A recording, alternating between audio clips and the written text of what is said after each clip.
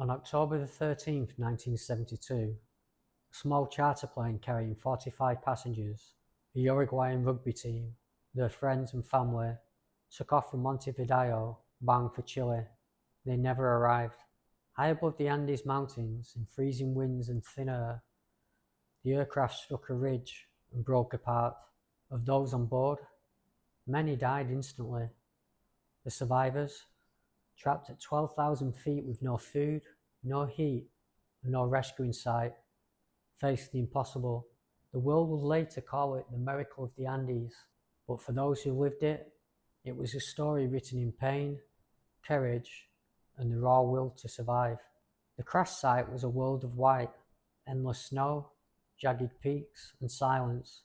No trees, no animals, just the sound of wind over wreckage. For days the survivors waited, believing rescue teams would find them, but the radio brought only heartbreak.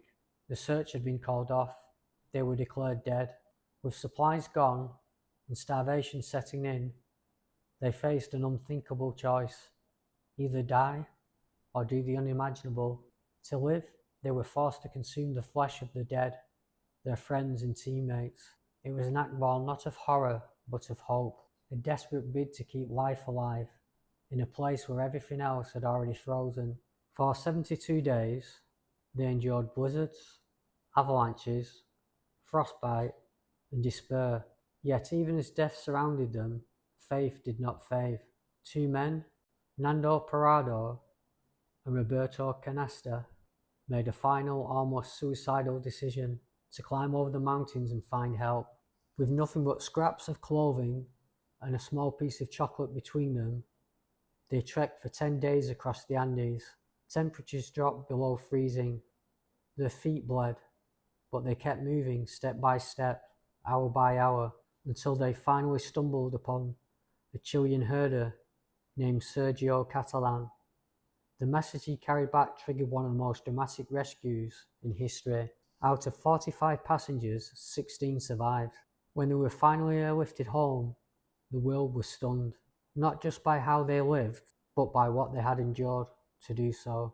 Faith, endurance, the unbreakable instinct to survive. Would you have found the strength to keep living when hope itself had died? Today, the crash site is known as Glacier de las Lágrimas, the Glacier of Tears.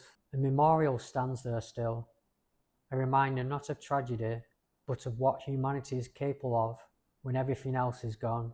They fell from the sky into the jaws of death and somehow walked back into life. The world calls it a miracle. They call it survival.